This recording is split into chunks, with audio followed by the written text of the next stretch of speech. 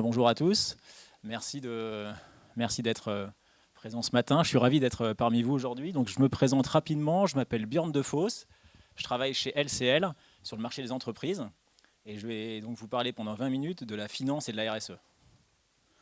Alors, on y va. Alors, avant de plonger dans l'univers de la finance, je pense que c'est important de rappeler quels sont les grands enjeux majeurs pour nos sociétés. Il y en a deux aujourd'hui. Le premier, c'est l'urgence climatique, et le second, c'est la cohésion sociale. Je pense que c'est important de rappeler un peu les grands enjeux et les grands défis qui attendent nos sociétés. Le premier, sur la partie urgence climatique, c'est de refaire un petit rappel sur la partie température, évidemment. On en parle régulièrement. Là, vous avez sur cette courbe-là les températures depuis l'ère pré-industrielle, donc 1850. Les températures ont augmenté de 1,1 degré. Il faut quand même savoir que les accords de Paris en 2015 fixaient un maximum à 1,5-2 degrés. Donc on a déjà pris 1,1 degré à ce jour. Donc il n'y a plus tellement de marge de manœuvre. Tout ça vient d'où? Tout ça vient de ce graphique qui est là, du CO2. Donc le CO2 qui, depuis 2007, a progressé de 67%, les émissions de CO2. Ce qui est intéressant de noter, c'est que l'année dernière, les émissions de CO2 avaient légèrement baissé. Et elles repartent de plus belle avec la reprise économique. Et tout ça se traduit par quoi? Tout ça se traduit par notamment une hausse du niveau des mers. Le niveau des océans a pris 9 cm depuis 1990 et le niveau des océans a pris 20 cm depuis un siècle. Donc ça, c'est rappelé dans un rapport, le rapport du GIEC. Vous êtes peut-être au courant de... Donc le GIEC, c'est quoi? C'est 250 experts internationaux qui font un rapport tous les X années. On en est au 6e. Il faut savoir que le rapport du GIEC précise qu'on est sur un risque entre guillemets, de fin de l'humanité. Donc on est vraiment sur un enjeu stratégique pour nos sociétés. Donc là, on est sur la partie urgence climatique. L'autre enjeu majeur pour nos sociétés, c'est la cohésion sociale, que je résume ici à travers 2 chiffres. J'aurais pu en prendre bien plus, mais à travers 2 chiffres. Le premier, les hommes sur Terre possèdent 50% de plus de richesse que les femmes. Et le second enjeu sur nos sociétés, c'est la répartition de la richesse. On a la moitié de la population qui vit avec moins de 5 $ par jour. Ça fait quand même 4 milliards de personnes qui vivent avec moins de 5 $ par jour. Donc là, c'est pour poser un peu le cadre global qui est quand même pas très loin d'être réjouissant, quoi. Alors, ma présentation portera sur la finance et son interaction avec le monde de l'entreprise. Moi, je suis un banquier de l'entreprise. Donc, qu'est-ce qui se passe côté entreprise? Les entreprises, en fait, ont une pression croissante qui vient de différents acteurs. D'abord des États. Vous avez donc les États qui augmentent la pression, qui s'engagent. On a... je vois que ça arrive dans la salle. Bonjour. Donc les États, donc que ce soit l'Europe ou les États-Unis, visent une neutralité carbone à horizon 2050 avec un point intermédiaire qui est à horizon 2030. L'Europe s'est engagée à réduire ses émissions de CO2 de moins 55% entre 1990 et 2030. Les États-Unis, avec Biden, s'engagent sur des niveaux à peu près similaires, même s'ils ne partent pas de la même date initiale. Donc voilà, donc on a à la fois donc le point de départ, c'est des États qui s'engagent. Ça se traduit par quoi? Ça se traduit par ce qui est repris en jaune, par une réglementation qui se resserre sur les entreprises. Donc là, deux éléments à avoir en tête, la taxonomie et la CSRD. Alors je vous expliquerai après ce que c'est que la CSRD. Donc la taxonomie, c'est quoi? La taxonomie, c'est une classification, ça vient du monde de la biologie, c'est une classification en 6 familles vertueuses. Pour être taxonomie compliant, on va dire, il faut cocher à minima une des 6 familles vertueuses, donc typiquement le recyclage, le traitement de l'eau, l'adaptation au changement climatique, et ne pas nuire aux 5 autres familles. Donc ça, cette taxonomie s'est mise en place par l'Europe, c'est extrêmement ambitieux, c'est en cours d'élaboration, enfin c'est en cours de construction. Et ça va se traduire par les entreprises, par des exigences en termes de reporting. Donc CSRD, c'est Corporate Sustainability Reporting Directive. Ça veut dire qu'en fait, les entreprises vont devoir faire des reportings extra-financiers encore plus nombreux et encore plus précis. Ce qu'elles font déjà aujourd'hui. Il faut quand même savoir que les entreprises sont obligées de faire des reportings extra-financiers, passer une certaine taille. Avec la CSRD, on passe à l'étape du dessus, c'est-à-dire qu'en fait, il y a 4 fois plus d'entreprises qui vont devoir faire ces reportings extra-financiers. Il faut savoir que ça va s'appliquer à partir de 2023 pour tous les groupes de plus de 250 salariés. Donc on va vraiment accélérer sur cette exigence de reporting, ce qui évidemment va obliger les entreprises à réagir. Le troisième volet important et qui met de la pression sur les entreprises, c'est les actionnaires. Donc qu'il s'agisse de groupes familiaux, de groupes cotés, de groupes sous LBO, donc avec un actionnariat fonds d'investissement. On constate que les actionnaires sont de plus en plus soucieux sur ces sujets environnementaux, notamment et sociaux. Et enfin, le dernier point, qui est loin d'être le plus minime, c'est tout ce qu'on appelle les parties prenantes. Donc en fait, les clients, les fournisseurs, les collaborateurs, qui exigent de plus en plus de transparence et d'action de la part des entreprises sur ces sujets. Typiquement, si vous prenez le sujet du recrutement, qui est un sujet majeur aujourd'hui pour les entreprises, pour capter les talents, pour capter les bons collaborateurs, si vous n'avez pas une stratégie RSE et des engagements forts là-dessus, vous ne captez pas les bonnes personnes, quoi. Donc là, c'est sur la partie entreprise. La page d'après, c'est sur qu'est-ce qu'on a pu constater, nous, en tout cas chez LCL, sur les dirigeants d'entreprise. Donc déjà, il y a deux familles de dirigeants, mais dont une qui est clairement majoritaire. On voit des dirigeants qui sont de plus en plus convaincus. Il y avait une étude de BPI qui est sortie il y a une quinzaine de jours, qui montre que 80% des dirigeants sont convaincus de l'urgence climatique. Donc certains sont hésitants, mais majoritairement, ils sont convaincus. Après, par contre, les dirigeants d'entreprise partent, on va dire, ils partent pas tous du même niveau. Ils ont différents niveaux de maturité sur le sujet. D'où le fait que nous, typiquement partenaires financiers, l'idée c'est de les accompagner dans cette maturité pour leur proposer des solutions.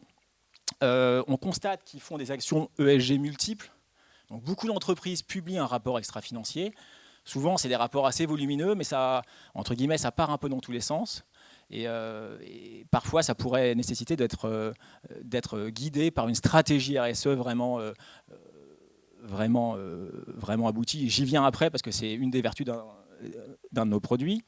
Et enfin, les dirigeants d'entreprise sont quand même convaincus que la partie RSE est une source d'opportunité pour eux. C'est une source, on l'a évoqué, pour capter des talents, pour capter demain du business, et surtout, accessoirement, de ne pas être marginalisés s'ils ne bougent pas sur ces sujets-là, quoi.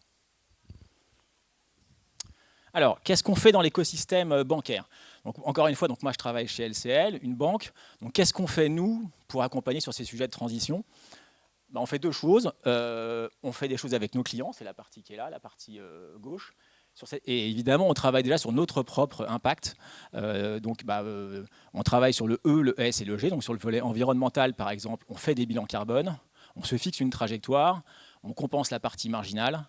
Et donc ça, on le fait sur notre activité comme toute entreprise, on va dire. Faut quand même savoir que dans les banques, ce qui émet typiquement du CO2, c'est essentiellement la partie IT, la partie informatique. Ce qui sera pris en compte demain et ce qui est une source d'émissions majeure, c'est plutôt la partie, quand on finance nos clients, c'est d'arriver à mesurer qu'est-ce qu'ils font avec cet argent et est-ce que ce financement est vertueux ou pas. Donc là, on fait le lien avec la partie taxonomie. Ça va arriver, hein. Ça va arriver assez vite. Donc on s'occupe de ce sujet-là. Alors c'est moins l'objet de ma présentation aujourd'hui, mais il faut savoir qu'évidemment on commence par balayer devant notre porte. Et la seconde partie qu'on fait, comme tout banquier, on a deux activités historiques, hein, financement. Alors ça c'est le cœur de ma présentation, j'y viens après. On fait des placements, donc on a des clients qui nous confient des ressources. Et donc là, on leur propose toute une gamme d'épargne qu'on appelle responsable, donc une épargne investie dans des produits responsables, vertueux. Et le dernier point que je mentionne ici, c'est l'open banking. Vous en avez peut-être entendu parler. Ça consiste en quoi? Ça consiste en fait à proposer à nos clients des partenaires externes pour les accompagner dans leur transition. J'évoquais tout à l'heure des niveaux de maturité qui ne sont pas homogènes suivant les clients. L'open banking permet justement d'y répondre. Ça nous permet à nous, si on sent qu'un client n'est pas mûr sur ce sujet ESG, de lui proposer un tiers qui va l'accompagner, parce que nous, ce n'est pas notre métier, qui va l'accompagner sur ces sujets de transformation. Et après, en fait, nous, on pourra prendre le relais sur des sujets plus classiques du banquier, typiquement sur la partie financement. Donc voilà un peu tout ce qu'on peut proposer dans le monde de la finance. Alors, je viens maintenant sur la partie financement, qui est quand même le cœur de ma présentation. Les financements verts, vous entendez souvent parler de green bond, green loan, finance durable, financement vert. Je vais essayer d'expliquer un peu ce que tout ça peut regrouper. Alors, il faut savoir qu'il y a deux familles de financements verts. Vous avez d'un côté les financements fléchés, c'est cette partie-là, et d'un autre côté, les financements indexés. Je commence par les fléchés, c'est les plus simples à comprendre. Un financement fléché, c'est que vous fléchez les fonds vers un projet vertueux. Donc typiquement, vous financez, enfin on finance un projet photovoltaïque, un projet éolien, un projet de biomasse. Là, les fonds sont fléchés à l'euro vers un financement vertueux. On est sur des volumes, là c'est des volumes mondes, hein, donc qui sont quand même à 400 milliards l'année dernière. Il faut quand même savoir que là c'est le point de passage au 30 juin. Vous voyez qu'au 30 juin, on a déjà dépassé quasiment le niveau de l'année dernière. Donc on est quand même sur une trajectoire exponentielle. Cette gamme-là comporte 2 sous-familles, pour être très précis. La partie qui est basse, là, qui est la partie green. Donc là, on finance typiquement de l'éolien, du photovoltaïque. Et la partie bleue, c'est du social. Donc là, ça tombe bien, c'est le thème d'aujourd'hui. Donc là, c'est tout ce qui est né post-crise Covid, des programmes d'éducation, de réduction d'inégalités. Donc c'est vraiment un segment qui est en croissance forte, mais qui est né bien avant, j'y reviendrai à la slide d'après. Ce segment-là, qui est apparu plus récemment, les financements indexés. Les financements indexés, c'est quoi? C'est un financement dont la marge évolue suivant l'atteinte de critères ESG. Là, vous avez les volumes qui sont repris ici. 2020 au niveau mondial, 130 milliards. Au 30 juin, 200 milliards, donc c'est exponentiel. Pourquoi ça, entre guillemets, ça marche aussi bien? Pour une raison très simple. Ici, il faut avoir des investissements verts à financer, ce qui n'est pas le cas de beaucoup d'entreprises. Si vous n'avez pas un projet éolien, si vous n'avez pas un projet de bâtiment HQE, etc., vous ne rentrez pas dans cette case-là. Alors que là, tout type de financement est éligible. Le principe, c'est que l'entreprise s'engage sur une stratégie RSE, et en fait, c'est la marge qui va évoluer suivant l'atteinte ou non des objectifs fixés dans les prochaines années. Mais je vais détailler le mécanisme un peu après. Pour vous montrer l'ampleur du phénomène, aujourd'hui, on a 2/3 alors des RCF. Alors là, c'est quand on est dans le monde de la banque, on a bien un terme. C'est des lignes de crédit revolving. Mais bon, c'est une typologie de financement. Mais aujourd'hui, il y a quand même 2/3 des opérations de revolving qui sont structurées comme ça. Il y a 40% des opérations à effet de levier qui sont structurées comme ça. Donc ça devient vraiment on va dire un classique de marché, quoi. Alors, intéressant de regarder un peu l'historique de toute cette finance durable. C'est né en 2007, donc encore une fois, l'Europe est souvent à la pointe hein, quand même. Et les banques européennes, je fais un petit coup de cocorico, mais sont quand même vraiment pionnières sur ces sujets-là. 2007, premier green bond. Donc là, on est sur la partie financement fléché. Donc ça fait 14 ans. 2007, donc les dates importantes, c'est 2007, premier green bond. Bon, après, évidemment, ça arrive sur la partie plutôt des corporates qui se tournent vers ce genre de produits, typiquement EDF. Autre date importante, 2017, c'est le premier financement indexé. Donc ce marché des financements indexés est né en 2017, donc il est vraiment très récent, à croissance très rapide. Et après, ce qu'on montre là, c'est qu'en gros, ça touche toutes les classes de financement, parce que dans la banque, on peut se financer en bancaire, en obligataire. Voilà, ça se diffuse sur toutes les classes de financement. C'est un peu, on va dire, la magie du produit, quoi. Alors, je reviens sur la partie financement fléché. C'est mes 2 dernières slides. Ça tombe bien parce que sinon je vais dépasser le... alors, un financement fléché, c'est quoi? Donc, comme je l'ai indiqué, donc les fonds sont vraiment utilisés pour des projets identifiés, des projets vertueux. Tout ça est extrêmement normé, hein, évidemment. Ça répond aux exigences de ce qu'on appelle les green bonds ou green loan principles. Donc c'est vraiment quelque chose qui est normé, qui est validé par un tiers, donc incontestable. Et quel est l'intérêt pour les entreprises? Ça permet quand même de financer leurs projets. Il faut quand même savoir, je reprends encore une fois l'étude de la BPI, que 49% des dirigeants identifient comme premier frein pour ne pas faire un pas vers les sujets ESG des freins de financement, en fait. Donc ça permet de financer ces projets. 2, ça vous permet d'accélérer sur les sujets de transition. Et 3, c'est un argument de communication puissant qui est quand même pas l'enjeu initial. J'ajouterai un dernier élément qui est quand même pas neutre, c'est que quand vous faites un green bond ou un green loan, vous avez des conditions financières qui sont plus favorables qu'un financement classique. C'est assez facile de le mesurer sur le marché obligataire, parce que c'est souvent des deals de très grosse taille. Vous avez ce qu'on appelle un premium, donc une petite décote quand vous faites un financement green, ce qui est plutôt assez vertueux.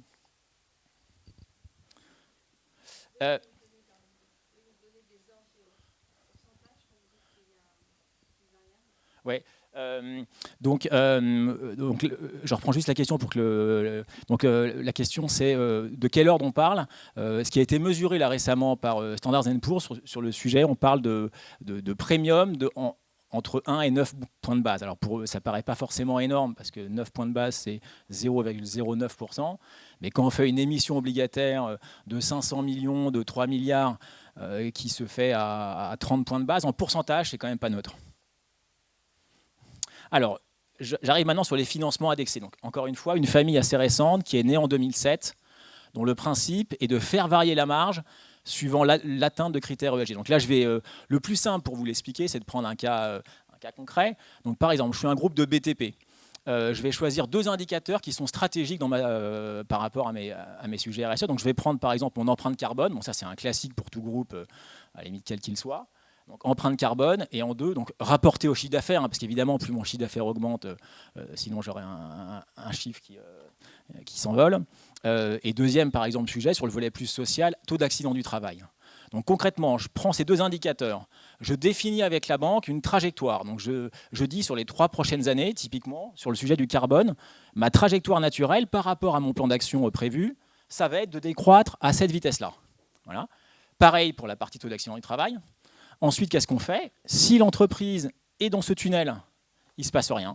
Elle n'a pas de bonus, pas de malus.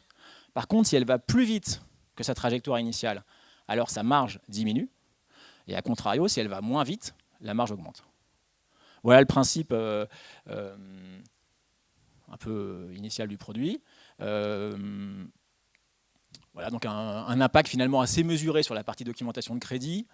La vertu du produit, encore une fois, hein, quel est l'intérêt pour l'entreprise? C'est pas l'enjeu financier. On ne fait pas ça ni côté entreprise ni côté banque pour les quelques points de base, parce qu'on ne va pas enlever 1% de marge ou 50 points de base. On fait ça pour s'engager sur les sujets RSE, premier sujet.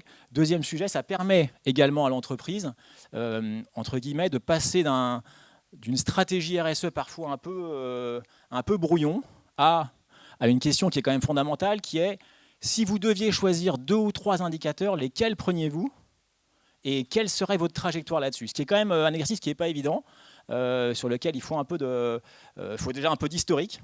Et puis après, il faut quand même travailler, souvent d'ailleurs avec des conseils, pour construire une trajectoire qui est cohérente.